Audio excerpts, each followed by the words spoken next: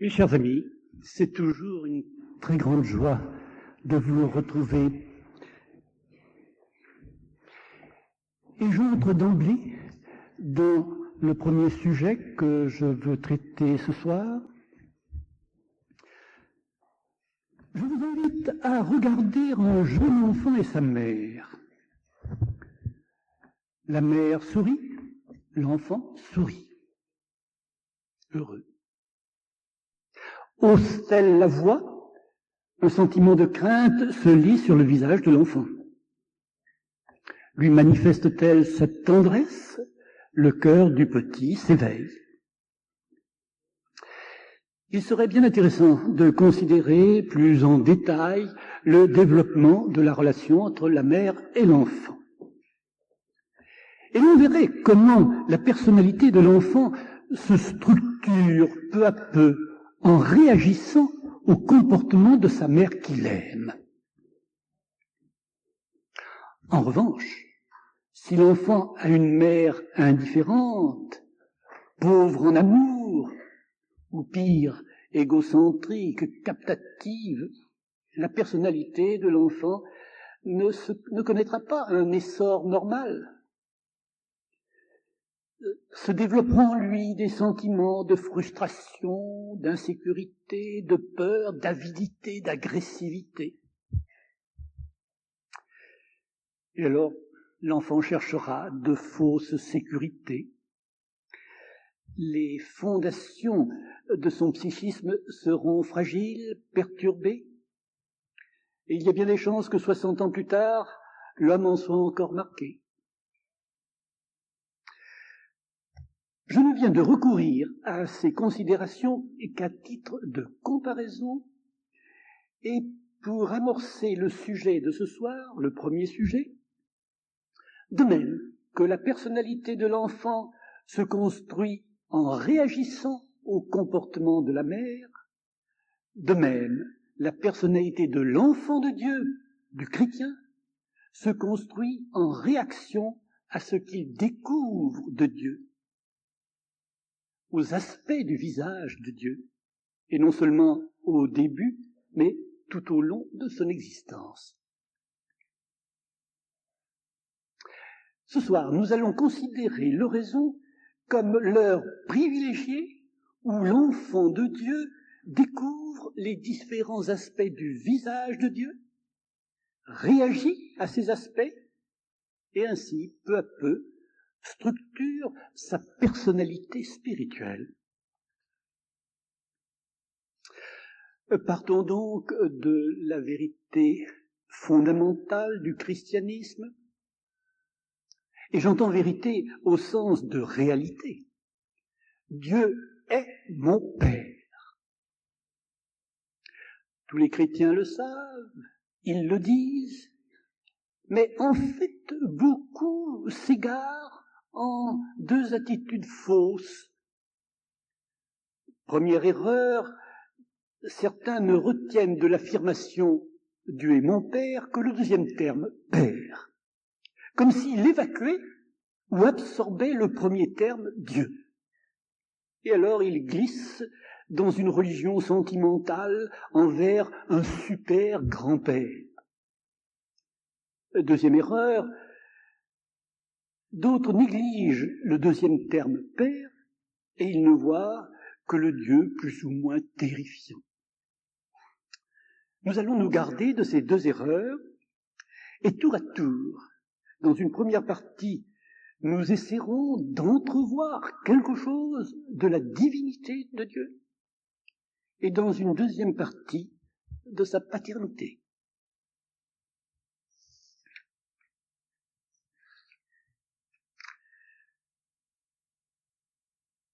Première partie, Dieu est Dieu.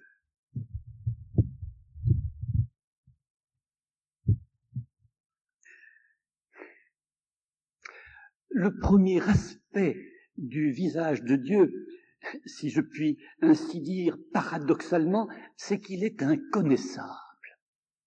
Notre Dieu, dit l'Écriture, est un Dieu caché. Il est mystère.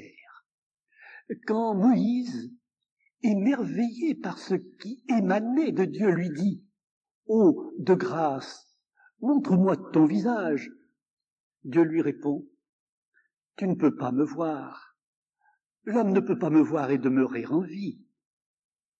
Quand je passerai devant toi, je te mettrai dans la fente du rocher, je t'abriterai de ma main durant mon passage, puis j'écarterai ma main et tu me verras de dos.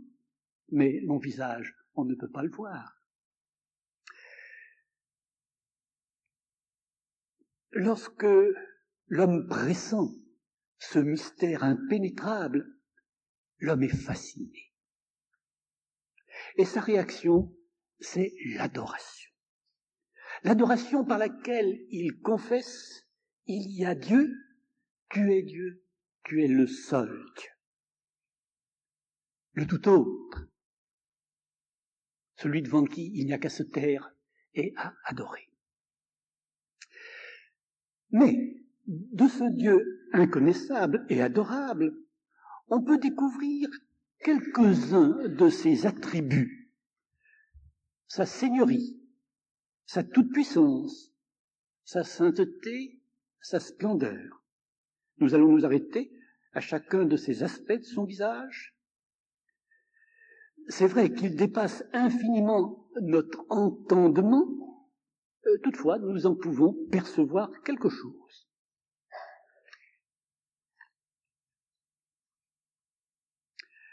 Dieu est Seigneur. Ce terme de Seigneur retentit partout dans la Bible. Au commencement, rien n'était, tout fut par lui.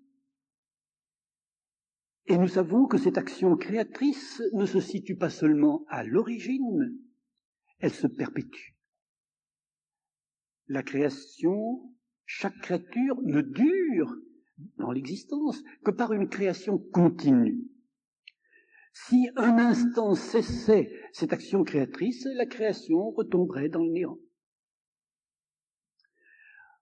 En présence de cette seigneurie de Dieu, l'homme se prosterne front contre terre, non pas par peur, mais par besoin de se faire petit pour affirmer la grandeur divine. Saint Thomas d'Aquin écrivait « Considérant une telle altitude, on se ramasse, frissonnant dans sa propre petitesse.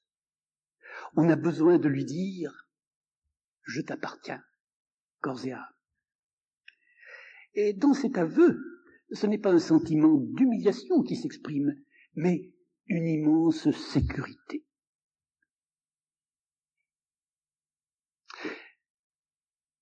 On peut parler de crainte si l'on veut, mais à la condition de ne pas la confondre avec la peur. Il s'agit d'une crainte révérentielle, d'un respect infini en présence de la densité de l'être de Dieu. L'aiguille aimantée s'affole devant le bloc magnétique. Un religieux que je connais bien, qui est un grand ami du Seigneur, me disait un jour, à la prière, quelquefois, j'en claquerais des dents. Ce Dieu Seigneur, tout-puissant Seigneur, est aussi le Dieu saint.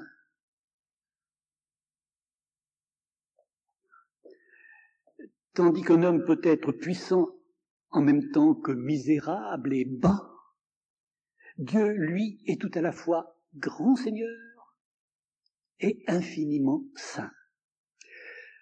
Ce mot saint qui a été banalisé exprime, quand il s'agit de Dieu, son excellence. Excellence aussi infinie que sa puissance. Il possède, au suprême degré, toutes les perfections imaginables. Devant son visage éblouissant de beauté, les anges que voyait Isaïe se voilaient les yeux, car l'incandescence de ce visage ne pouvait être supportée par leur regard. Et Isaïe lui-même, affronté à cette sainteté de Dieu, découvrait son impureté foncière. Il disait « Malheur à moi, Je suis perdu, car je suis un homme impur, vivant au sein d'un peuple impur, et mes yeux ont vu le roi. Dans la mesure où on découvre cette sainteté, par contraste, on se découvre pécheur. Mais en même temps, on apprend qu'il veut nous purifier. Je continue la lecture d'Isaïe. L'un des séraphins vola vers moi, tenant dans sa main une braise ardente. Il m'en toucha la bouche et dit, « Vois, ceci a touché tes lèvres, ta faute est effacée, ton péché est pardonné. » Aussi bien devant la sainteté de Dieu, c'est à la fois la confession de notre mal qui surgit dans notre cœur et le repentir et une confiance éperdue.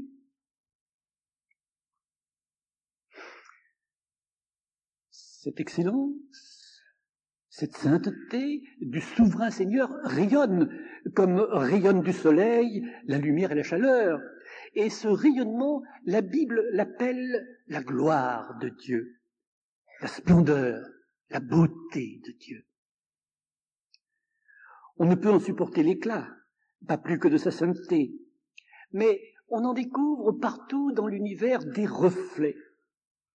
Le psalmiste chantait « Qu'il est magnifique ton nom, Seigneur, dans tout l'univers ». Et cette contemplation des reflets de la beauté de Dieu tire de notre cœur l'admiration et la louange. Et si vous êtes familier de l'Ancien Testament, vous ne pouvez pas ne pas avoir été frappé par la place extrême que tient la louange de Dieu dans les livres de l'Ancien Testament. Elle est un sentiment très pur. Très pure parce que elle est totalement désintéressée. Alors, je résume. En face de la transcendance de Dieu, l'homme réagit par l'adoration. En face de sa seigneurie, par l'aveu de sa dépendance et la crainte révérentielle. En face de sa sainteté, par le repentir et la confiance. En face de son excellence, de sa beauté, par l'admiration et la louange. Autant d'attitudes religieuses qui peu à peu s'enracinent en nous, se fortifient et qui forment l'homme religieux. Mais Jésus-Christ est venu et il nous a révélé que ce grand Dieu est notre Père. Et nous voici parvenus à la deuxième partie que je vous avais annoncée. Dieu est Dieu, mais aussi Dieu est Père. Non pas au sens métaphorique. Un homme qui adopte ses neveux devenus orphelins, même s'il les traite comme ses enfants, n'est pas leur père, mais reste leur oncle. Dieu n'est pas notre oncle. Ce n'est pas d'adoption qu'il s'agit. Par Jésus-Christ, Dieu nous communique son être, sa vie. Et Saint Pierre a osé écrire « Nous sommes participants de la nature divine ». Alors, essayons d'épeler les richesses de cette paternité. Les attitudes que sa contemplation va susciter en nous ne feront pas s'évanouir les attitudes dont nous avons parlé précédemment, mais vont transfigurer ces attitudes que j'énumérais tout de suite, celles que nous avons peu à peu vues se préciser. Dieu est Père. Certains versets de l'Ancien Testament méritent d'être repris, mais avec une plénitude de sens insoupçonnée des anciens Juifs. Écoutez le psaume. Comme est la tendresse d'un père pour ses fils, tendre est le Seigneur pour ceux qui le craignent. Et encore, le Seigneur reprend celui qu'il chérit comme un père son fils bien-aimé. Et cet admirable petit verset d'Isaïe que je voudrais voir emporter par chacun de vous ce soir, au plus profond de son cœur. Tu comptes beaucoup à mes yeux, tu as du prix pour moi, et moi je t'aime. Et comme si la référence au cœur des pères de la terre ne suffisait pas aux écrivains sacrés, ils font appel au cœur des mères. Écoutez, comme celui que sa mère console, moi, ton Seigneur, je te consolerai. Et encore, une femme oublie-t-elle son petit enfant? Serait-elle sans pitié pour le fils de ses entrailles? Eh bien, même si les femmes oubliaient, moi, je ne t'oublierai jamais. Et je vous laisse le soin de rechercher les passages du Nouveau Testament plus connus qui nous parlent de cette paternité, de cette tendresse paternelle de Dieu. Alors, à cet amour à la fois paternel et maternel de Dieu, le croyant réagit par l'amour filial, un amour filial follement confiant.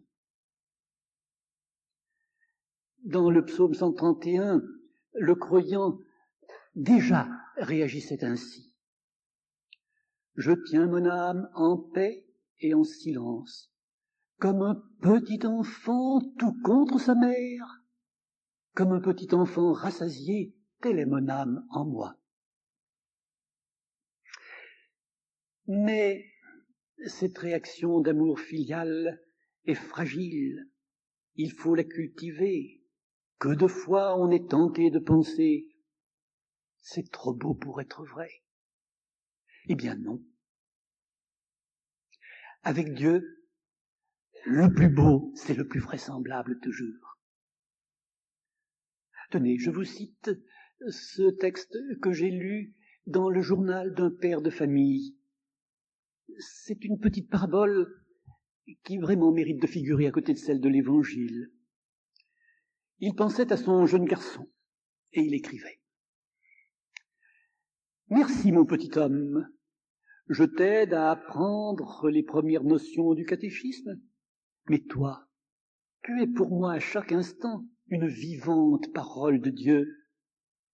Quand, jouant avec toi, je te mets debout sur une table et te dis « saute », tu t'élances dans un grand éclat de rire, tu sais bien que je t'attraperai au vol. Lorsque tu es couché, ce n'est plus ton éclat de rire que j'entends, mais la voix divine qui me dit « as-tu une foi semblable à celle de ce petit ? Que risques-tu? Que crois-tu pouvoir risquer pour moi? Et pourtant, mes bras sont tellement plus forts que les tiens. »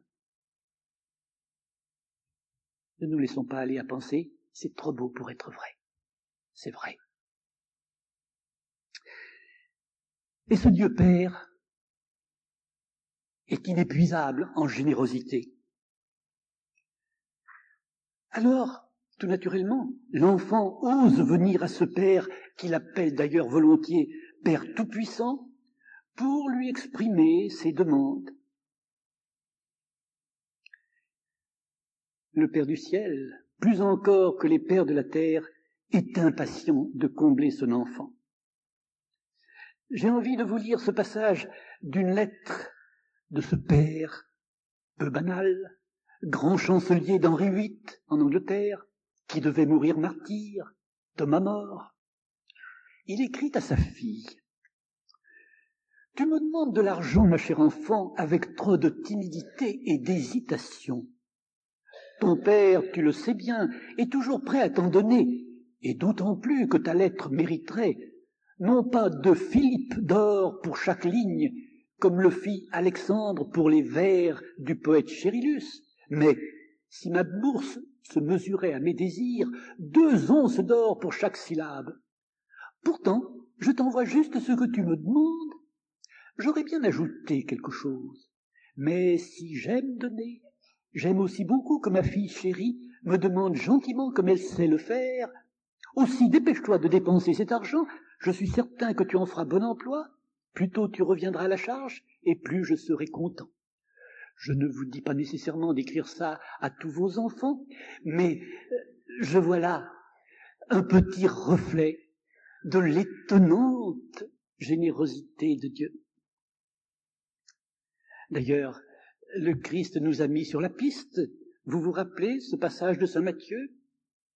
Si vous, pères de la terre, tout méchants que vous êtes, savez donner de bonnes choses à vos enfants, à combien plus forte raison le Père du ciel donnera-t-il de bonnes choses à ceux qui l'en prient? Alors on comprend pourquoi, chez les chrétiens, la prière de demande a une si grande importance. Encore qu'elle soit décriée parfois, mais par ceux qui n'en comprennent pas la signification. Elle signifie que le chrétien a une haute idée de l'amour de son Dieu. D'ailleurs, le chrétien ne demande pas seulement pour lui, mais il demande aussi pour les autres. Et cette prière alors s'appelle intercession. Prière dont le Christ nous a donné un exemple inimitable. Quant au repentir du chrétien, ce n'est plus seulement la prise de conscience de son impureté foncière en face de l'éblouissante pureté de Dieu, mais c'est la douleur de n'avoir pas répondu à l'amour par l'amour. Et c'est en même temps la certitude du pardon.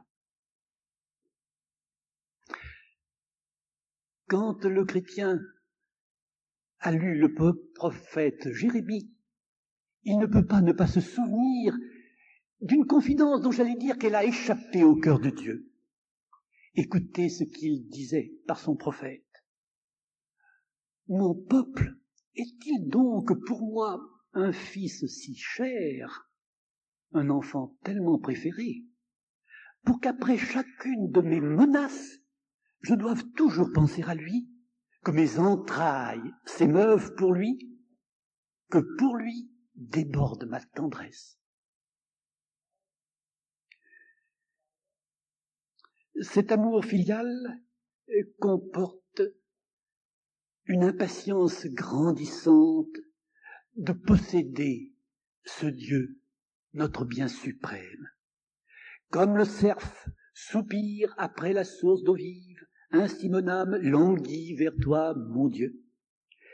Et je crois que l'on peut dire que le désir de Dieu, c'est le plus profond ressort de la vie du chrétien. Ceci explique d'ailleurs que pour le chrétien, la mort lui apparaît comme une porte qui s'ouvre. Saint Paul disait, mourir m'est un gain. Qu'il est riche, le cœur du chrétien, en qui, au fil des années, toutes ces attitudes, peu à peu, se sont éveillées et se sont structurées. L'adoration, la dépendance, la crainte révérentielle, le repentir, l'admiration, la louange, l'amour filial, la confiance, l'abandon. Et qu'elle est riche et vraie, la prière chrétienne, qui sait faire place à ces différentes attitudes en face des différents aspects du visage de Dieu. Et l'on comprend l'impatience des vrais fils de Dieu de se dépenser pour que le nom de leur Père soit sanctifié, pour que son règne vienne.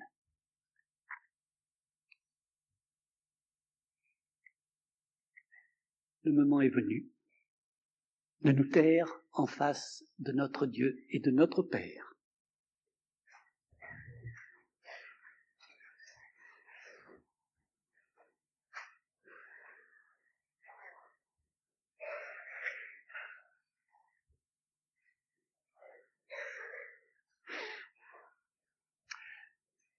Vous me permettez bien à nouveau de vous donner quelques conseils. Mercredi dernier, le silence a été moins bon que la fois précédente, et je voudrais qu'aujourd'hui il soit très parfait. Et il l'est, et il le sera, si vous pensez que le moindre bruit dérange 1500 personnes. C'est tout de même possible de mettre son mouchoir devant sa bouche si on ne peut absolument pas réfréner une toux.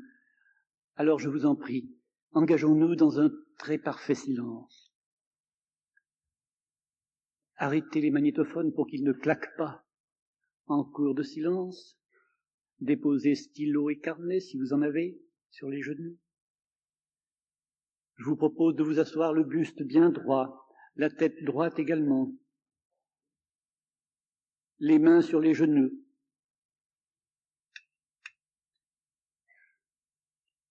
Adoptez une attitude très stable, totalement décontractée. Fermez les yeux. Laissez la détente vous gagner tout entier. Pas de muscles crispés, pas de tension mentale. Respirez calmement.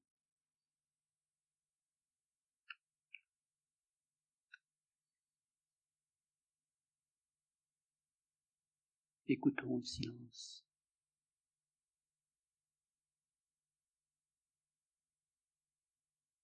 À chacun de se mettre en face de l'aspect du visage de Dieu qui l'a particulièrement frappé.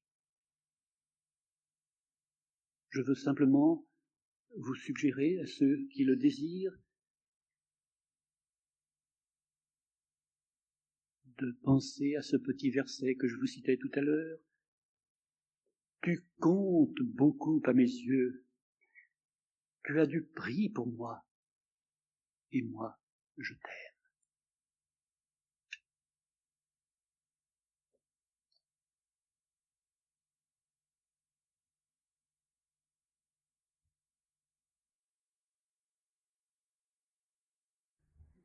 L'entretien que vous allez entendre va être accompagné de la vue d'une diapositive.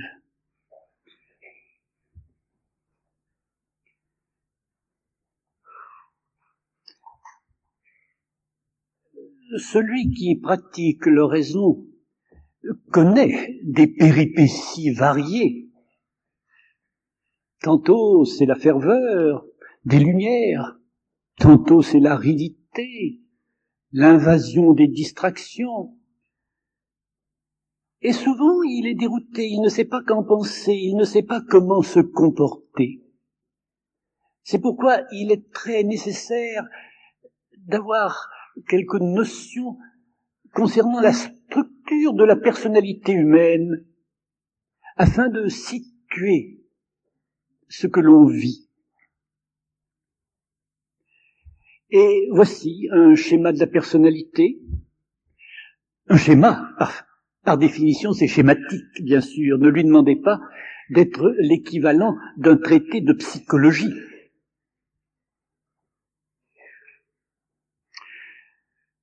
Comme vous le voyez, tous les traits du schéma sont en pointillés.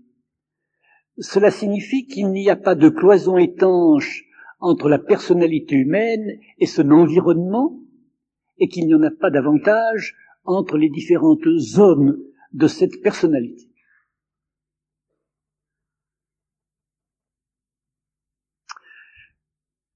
Regardez la zone la plus extérieure, elle est désignée par la lettre C. C'est la zone corporelle. Elle comporte les sens, grâce auxquels nous entrons en rapport avec l'univers, les membres, les organes, les fonctions physiologiques, les grands instincts vitaux et bien d'autres richesses. Les échelons que vous apercevez en bas à droite soulignent que cette zone comporte des niveaux plus ou moins profonds. Le corps humain recèle encore bien d'autres secrets qui restent inexplorés. Autre zone désignée par la lettre A. C'est la zone affective. Elle est le siège des émotions et des sentiments. C'est là que surgissent joie, tristesse, anxiété, sympathie, antipathie. La troisième zone est désignée par la lettre M. C'est la zone mentale. Elle comprend l'ensemble des facultés cognitives.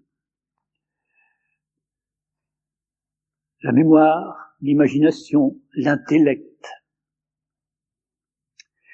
Et au centre du schéma, vous apercevez un petit carré jaune. Il est désigné non pas par une lettre, mais par le pronom « je ». Je, c'est la personne, je, c'est moi. 4 fonctions doivent être attribuées à je. Première, je, c'est moi en tant que j'ai conscience de ce qui se passe dans les différentes zones corporelles, affectives, mentales. Des joies, des souffrances, des désirs propres à chacune de ces différentes zones. Telle est donc la première fonction de je. Il est ce qui est conscient. Quand je suis anesthésié ou quand je dors, je ne peux plus remplir cette fonction de prise de conscience. Deuxième fonction de je. Je est ce qui consent ou refuse tel désir corporel, tel mouvement de sympathie ou d'antipathie, tel souvenir ou telle imagination, je puis y consentir, je puis le refuser. C'est la seconde fonction de je. Et c'est le propre de l'homme parfaitement libre de n'être pas entraîné par les appétits divers de sa personnalité, mais de décider s'il consent ou non. Troisième fonction de je, c'est ce qui met en mouvement et qui stimule l'activité des différentes zones. De la zone corporelle, je décide d'aller me promener. De la zone affective, je stimule mes sentiments de confiance envers Dieu. De la zone mentale, j'entreprends de méditer l'Évangile. Je mets en mouvement les différentes zones. Enfin, quatrième fonction de je, c'est ce qui entre en rapport, disons en relation personnelle, interpersonnelle, avec un autre je. C'est grâce à je que peut s'instaurer cette relation je-tu avec Dieu dont je vous ai entretenu et qui est l'âme vivante de la prière. Regardez à nouveau le schéma. Il est une autre zone qu'il est temps que je vous présente. Elle est désignée par les lettres CN. C'est la zone centrale. Cette zone, la plus profonde de la personnalité, est en fait la plus ignorée de la plupart des hommes. En effet, je n'a pas conscience de ce qui s'y passe. Je est bien trop occupé par tous les désirs, toutes les fluctuations des zones périphériques, corporelles, affectives et mentales. Vous voyez ces petits carrés dans les différentes zones. Ils représentent je, occupé, soit dans la zone corporelle, soit dans la zone affective, soit dans la zone mentale. Cette zone profonde dont je vous parle, désignée par la lettre CN, c'est la plus ignorée et cependant c'est la plus importante de la personnalité humaine, parce qu'elle est le centre de la personnalité, le centre qui unifie toutes les facultés, un peu si vous le voulez, comme le moyeu de la roue qui rassemble et unifie les rayons. Mais elle n'est pas seulement centre unifiant, elle est aussi source de toute la vitalité de la personnalité à tous ses étages. Seulement comme une source, elle peut être ensablée et alors son débit est faible. Centre unifiant, source de la vitalité, elle est encore élan vers l'absolu, une tension vers cette plénitude à laquelle tout homme aspire.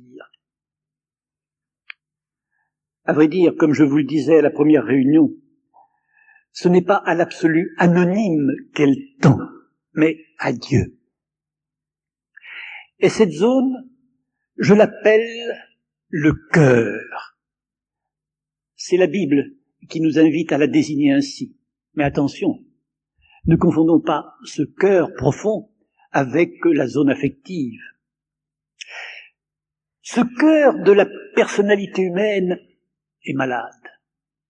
Il est malade à la suite du péché des origines.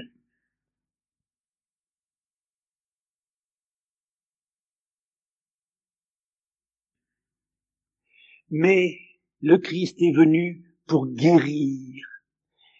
Comme c'était annoncé par le prophète Ézéchiel, j'arracherai de ta poitrine ton cœur de pierre et je te donnerai un cœur de chair, un cœur nouveau. C'est le cœur guéri par Dieu que la Bible appelle le cœur nouveau, et c'est pourquoi je désigne le cœur par ces deux lettres CN, cœur nouveau. Guérison réelle, certes, mais imparfaite, et qui ne se réalise que peu à peu au cours de la vie chrétienne. Et maintenant que je vous dise des choses admirables de ce cœur nouveau que Dieu nous donne. Que Dieu nous donne, que nous gardons, mais que nous pouvons perdre si nous nous séparons de Dieu, comme le miroir perd la lumière quand il n'est plus tourné vers la source lumineuse. Premièrement, première chose admirable, ce cœur nouveau est le temple de Dieu. Dieu y réside selon la promesse du Christ en Saint Jean. Celui qui m'aime, mon Père l'aimera, et nous viendrons à lui, et nous ferons chez lui notre demeure. Deuxième chose admirable, ce cœur, peu à peu, devient de plus en plus sensible aux impulsions de Dieu. Je pense à cette petite fille disant un jour à sa mère, après sa première communion, « J'ai toute envie de bien faire maintenant. » C'était à ce niveau-là qu'elle éprouvait ce désir de bien faire. Et le temps de l'oraison est évidemment le temps privilégié pour permettre à cette sensibilité du cœur de se développer, de s'exercer. Troisième merveille, en ce cœur grandit non pas un vague désir d'absolu, mais la faim et la soif de Dieu. Faim et soif de le connaître, de l'aimer, de lui être uni. C'est ce qu'exprimait le vieux psalmiste. Mon cœur a soif du Dieu vivant.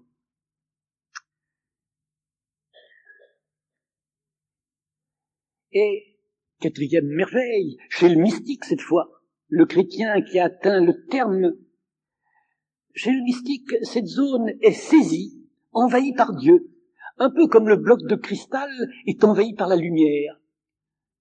Saint Paul ose dire, celui qui adhère à Dieu ne fait plus qu'un seul esprit avec Dieu. Voilà quelques-unes des merveilles de ce cœur qui est en vous, qui est le centre de votre personnalité. Alors à nouveau, voulez-vous regarder le schéma? Est-ce que je a à intervenir au niveau du cœur nouveau? Bien sûr. Première remarque. De même que je prends conscience de ce qui se passe au niveau du corps, de l'affectivité, du mental, de même je prends conscience de ce qui se passe au niveau du cœur. À vrai dire, très souvent, il ne le peut pas, parce que lui, je, est accaparé par les autres zones. Il se promène, le petit carré jaune, dans les autres zones. Ou bien, parce que le cœur est si peu vivant. Mais, quand le cœur devient plus vivant, quand je sais ne pas se laisser accaparer par les autres zones, alors il perçoit dans le cœur une certaine qualité de paix, de joie, qui lui viennent de ce Dieu qui est présent. Et il est bien évident que l'oraison est le moment privilégié pour que se réalise cette prise de conscience. Deuxième remarque, mais n'oublions pas que je a le terrible privilège de pouvoir consentir ou refuser. De même que je peux consentir ou refuser les appétits des différentes zones, de même vis-à-vis du cœur. Ainsi, Dieu communique au cœur une impulsion.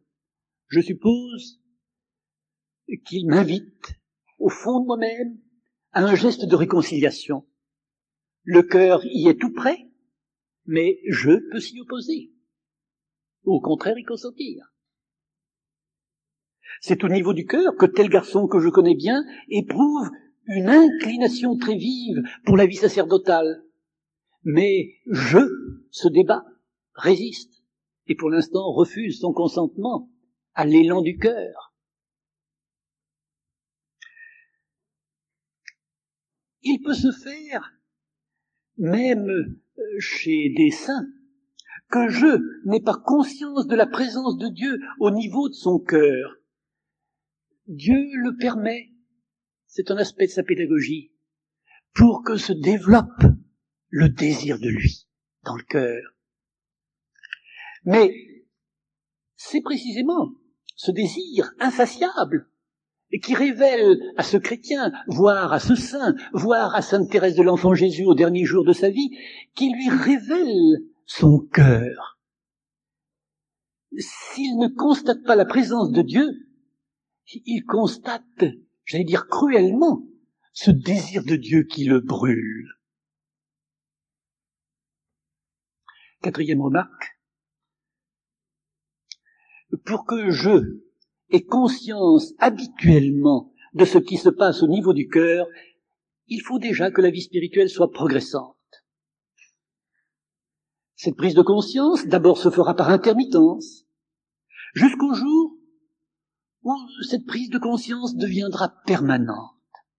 Et le chrétien pourra dire, comme l'épouse du Cantique des Cantiques, « Je dors, mais mon cœur veille, je marche, je travaille, je parle, mais mon cœur veille. » Et je pense que nous sommes tous appelés à cette expérience-là. Que nous devons attendre ce jour où il nous suffira d'avoir un instant de silence pour rejoindre en nous ce cœur vivant. Avant de terminer, voulez-vous que nous revenions aux 3 zones périphériques que vous voyez sur le schéma? Je les ai laissées un peu de côté jusqu'à présent. Eh bien, il faut savoir qu'elles vont subir l'influence du cœur nouveau. Le mental, sous son influence, va se transformer. Bernanos écrivait un jour « Curieux comme mes idées changent quand je les prie ». Mais on peut en dire autant pour l'affectivité. Curieux comme mes sentiments changent quand je les prie. Et le corps lui-même connaît l'influence du cœur. Regardez donc la photographie du père de Foucault à la fin de sa vie. C'est évident que son visage est tout transparent à son cœur profond.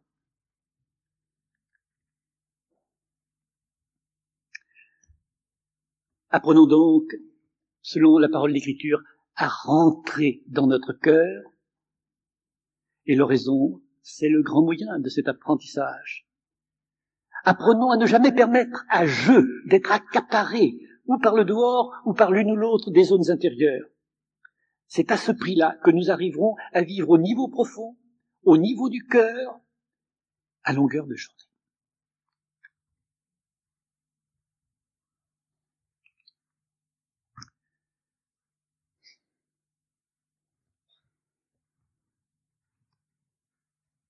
Et maintenant, je vous propose un autre très bref entretien qui va surprendre sans doute plusieurs d'entre vous.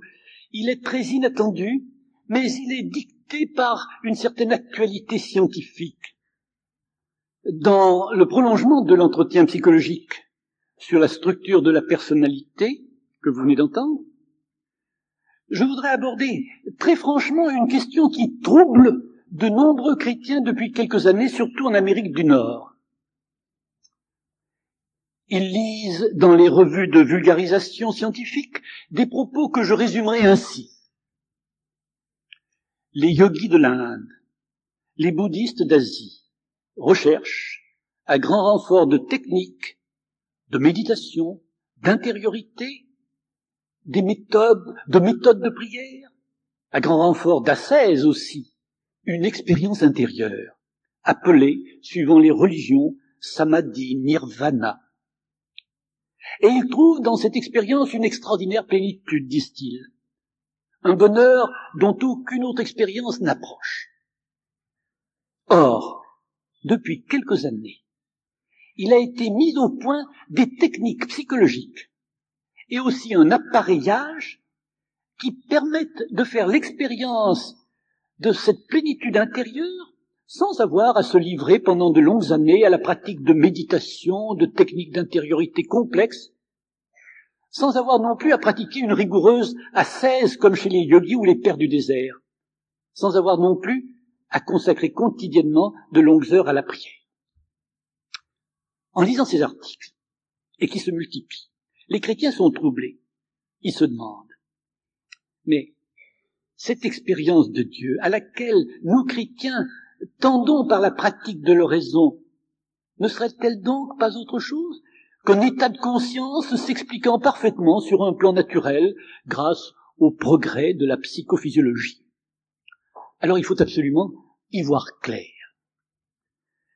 C'est pourquoi, tour à tour, je vais vous parler, premièrement, des ondes cérébrales, deuxièmement, du rapport entre les ondes cérébrales et les techniques de méditation et d'intériorité, troisièmement, du rapport entre les ondes cérébrales et la prière chrétienne.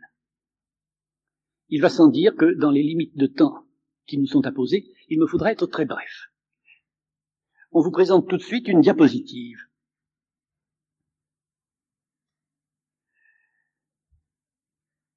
Première partie, les ondes cérébrales. Vers 1920, l'Allemand Hans Berger découvrait les ondes cérébrales.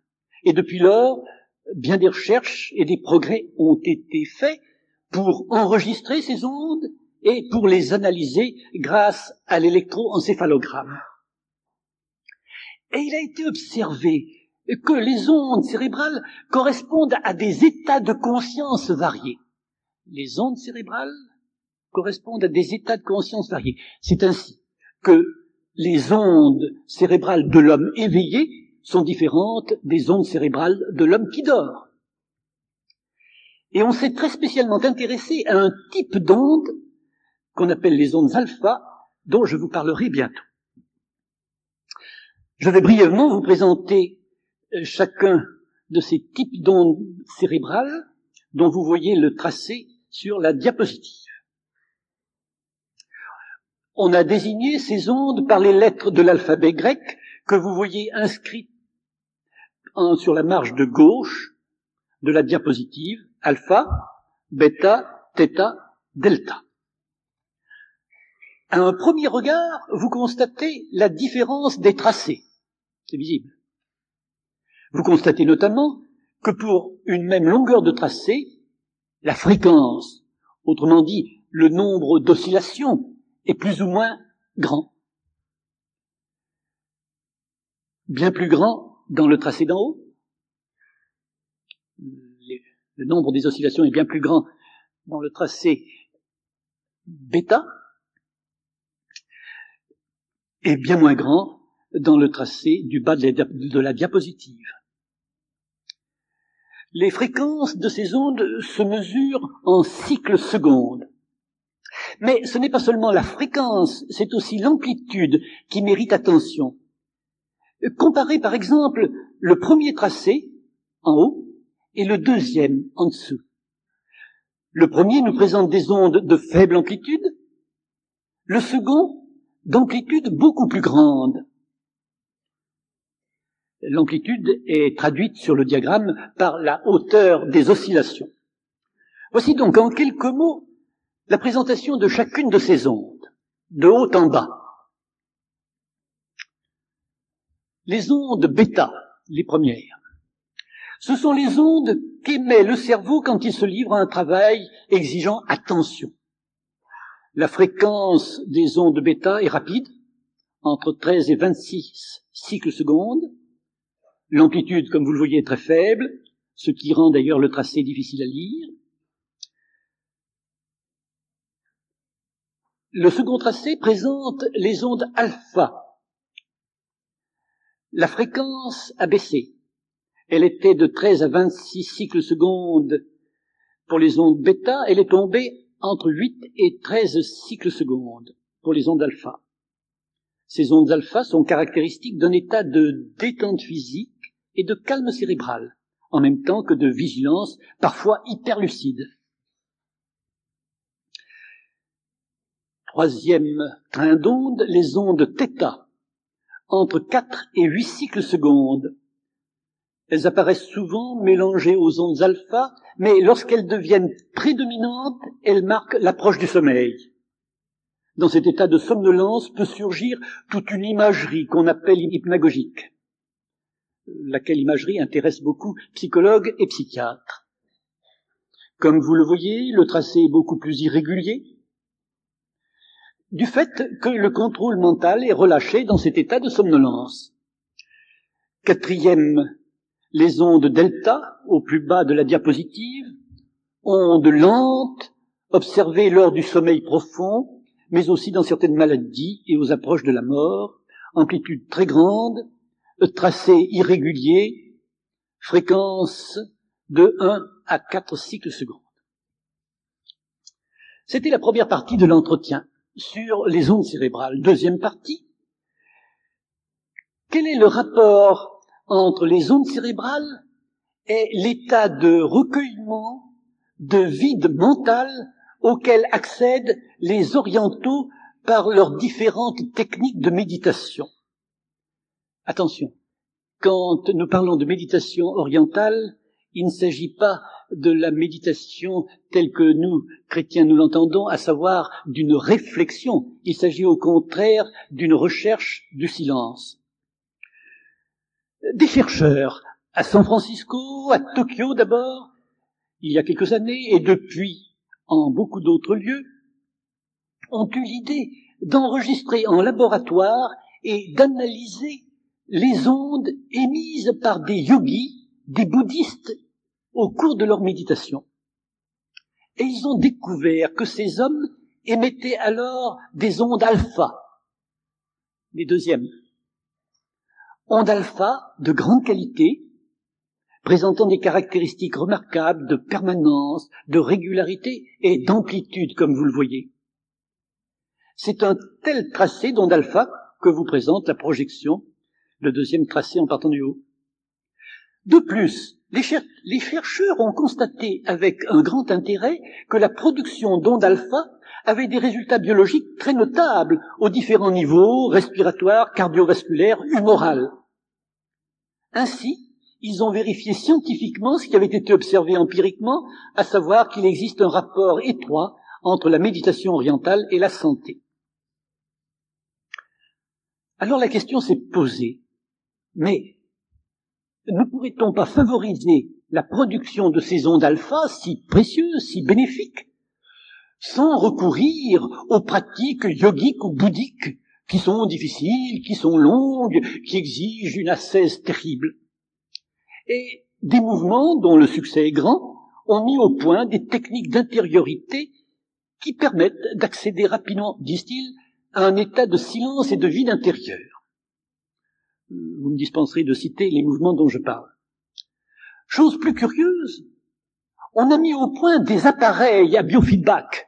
La société de consommation ne perd pas le nord, permettant d'accéder rapidement et sûrement, dit-on, il faut voir les fiches publicitaires, à ces états de conscience appelés recueillement, vide, silence intérieur, et les publicités précisent ce que, en Inde, ce que les mystiques chrétiens mettent 20 ans à obtenir, vous l'obtiendrez en quelques jours. Mais de fait, l'électroencéphalogramme donne approximativement le même tracé d'onde alpha pour les grands ascètes d'Orient et pour les Occidentaux qui utilisent les procédés qu'ils ont inventés pour favoriser la production d'ondes alpha. Mais cela me paraît de la supercherie de penser que si l'électroencéphalogramme a le même tracé, la vie intérieure de ces grands ascètes est identique à la vie intérieure de ces Occidentaux qui, dans leur fauteuil, avec des électrodes sur la tête, essayent de produire des ondes alpha. Au plan phénoménal, on fait la même observation, mais allez donc chercher au plan intérieur ce qui se passe. Si c'était possible, on s'apercevrait qu'il s'agit d'expériences toutes différentes. Enfin, troisième partie, ondes cérébrales et prières chrétiennes. Que pouvons-nous répondre aux chrétiens qui sont au courant de ces recherches et qui se posent des questions, parfois avec anxiété? Première question rencontrée. L'expérience que nous, chrétiens, faisons à l'horizon est l'heureux résultat de cette expérience. Jusqu'à présent, on l'attribuait à Dieu, mais ne s'expliquerait-il pas tout simplement par des considérations neurophysiologiques et psychologiques? À quoi je réponds?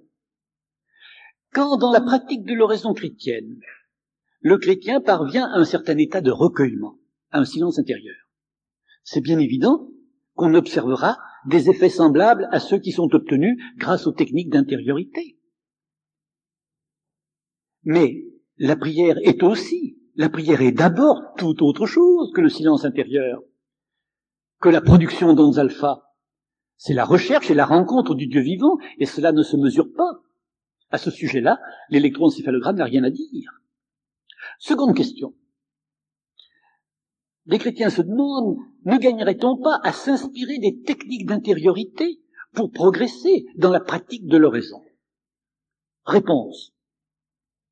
Depuis toujours, beaucoup de maîtres à prier chrétiens ont préconisé des méthodes de recueillement qui favorisent la descente en soi-même, en son cœur profond.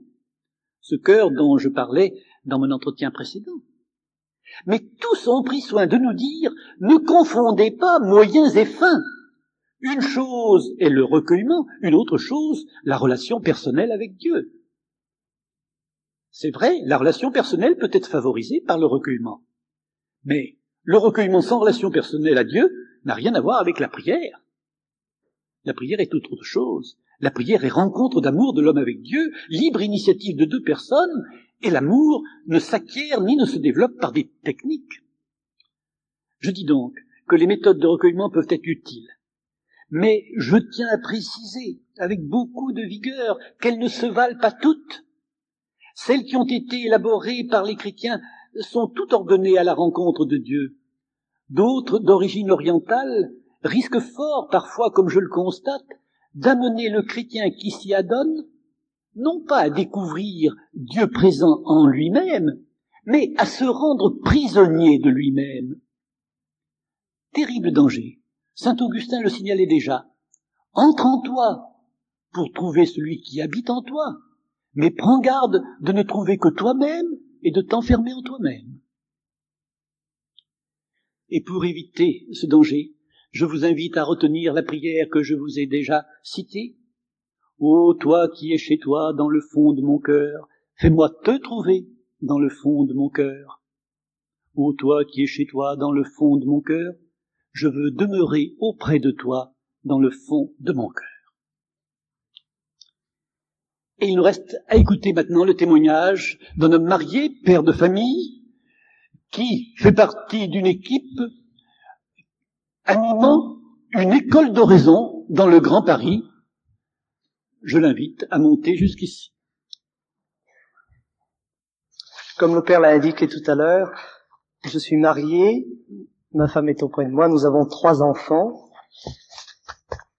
J'ai une activité professionnelle assez active dans le domaine des travaux publics.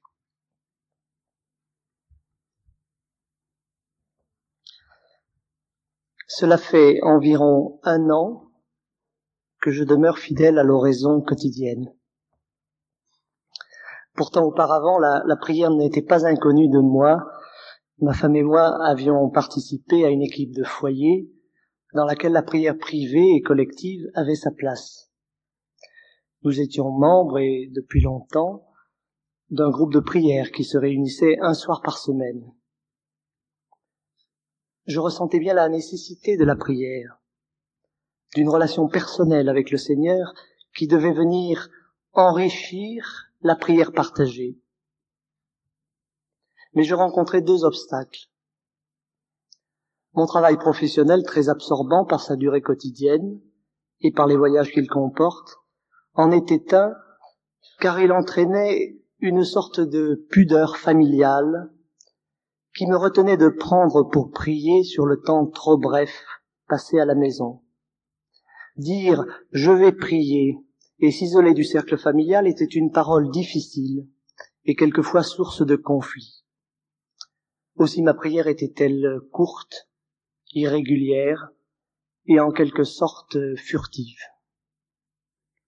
Ma seconde difficulté était que, ne sachant comment prier, j'essayais de transposer dans la prière privée quelques éléments de la prière partagée hebdomadaire.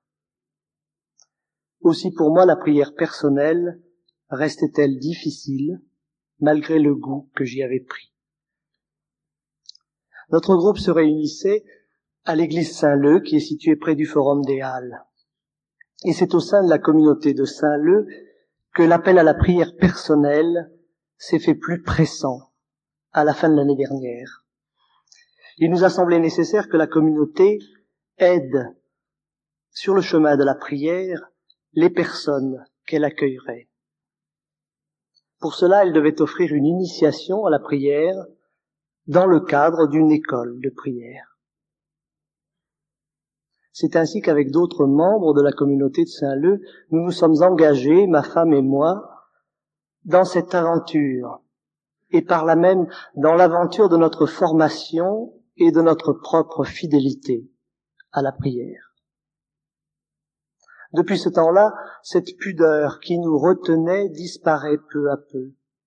Nous parvenons à nous inviter l'un l'autre à la prière, sans que ce temps nous paraisse perdu pour le foyer.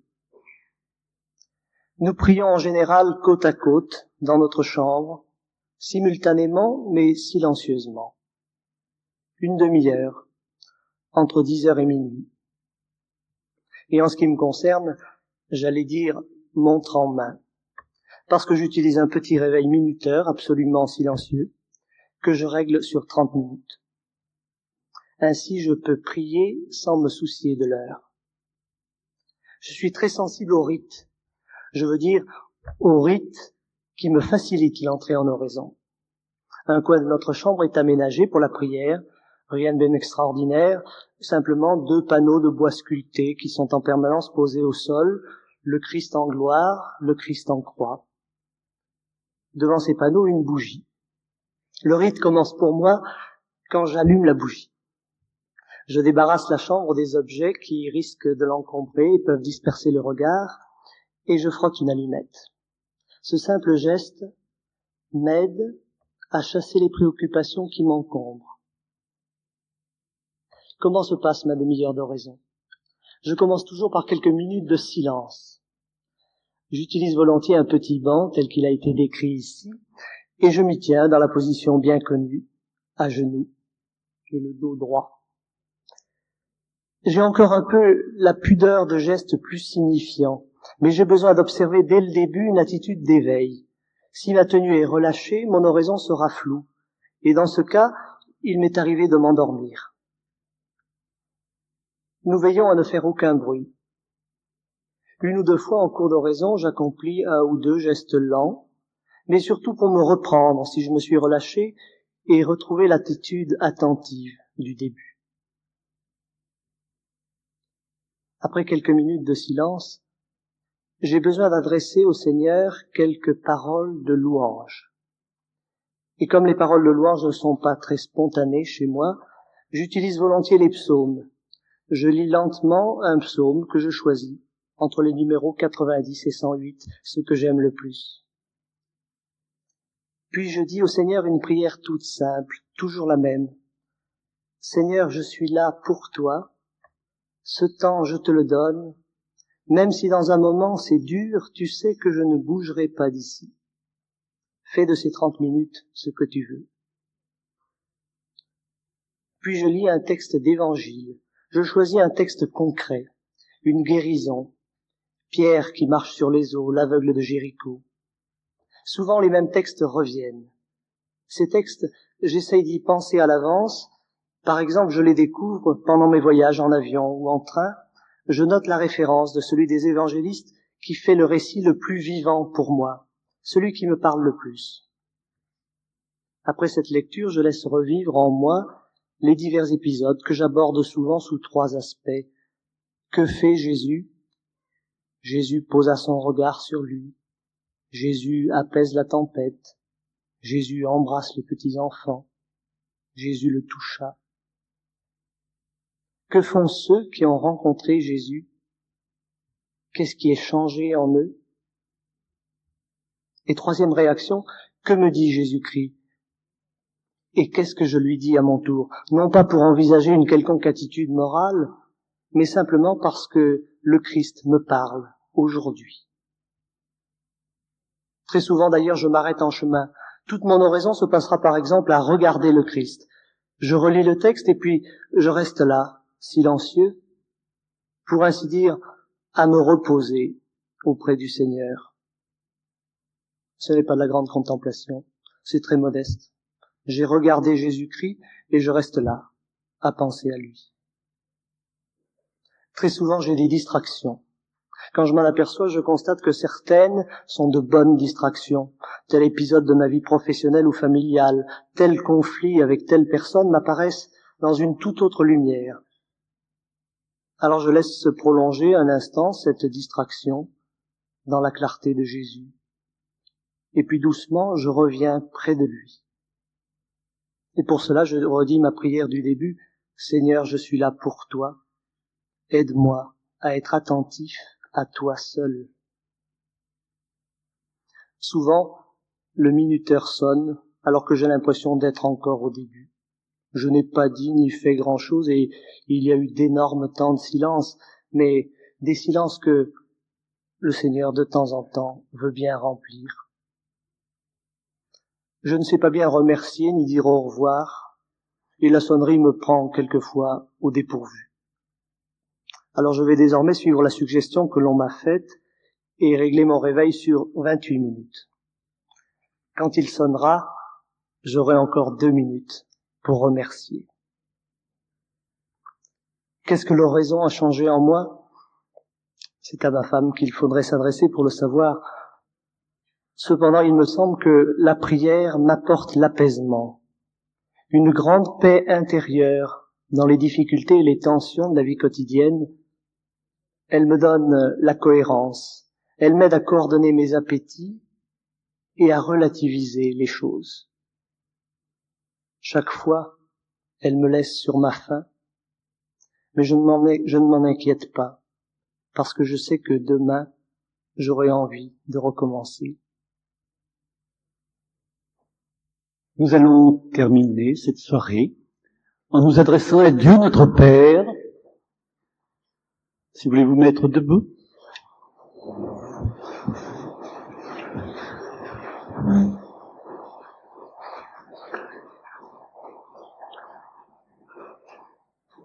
Adopter une attitude digne de Dieu.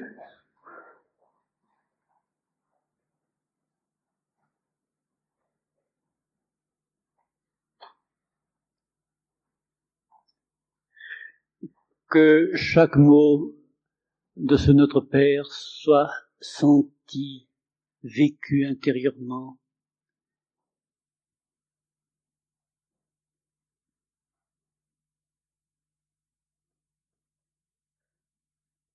Récité à voix basse, ne me précédez pas. Que tout ce que nous avons entrevu de la grandeur et de la tendresse de Dieu soit présent à notre cœur en récitant ce Notre Père. Notre Père qui es aux cieux, que ton nom soit sanctifié, que ton règne vienne, que ta volonté soit faite sur la terre comme au ciel. Donne-nous aujourd'hui notre pain de ce jour. Pardonne-nous nos offenses, comme nous pardonnons aussi à ceux qui nous ont offensés. et ne nous soumets pas à la tentation, mais délivre-nous du mal. Car c'est à toi qu'appartiennent le règne, la puissance et la gloire pour les siècles des siècles. Amen. Allez dans la paix du Seigneur.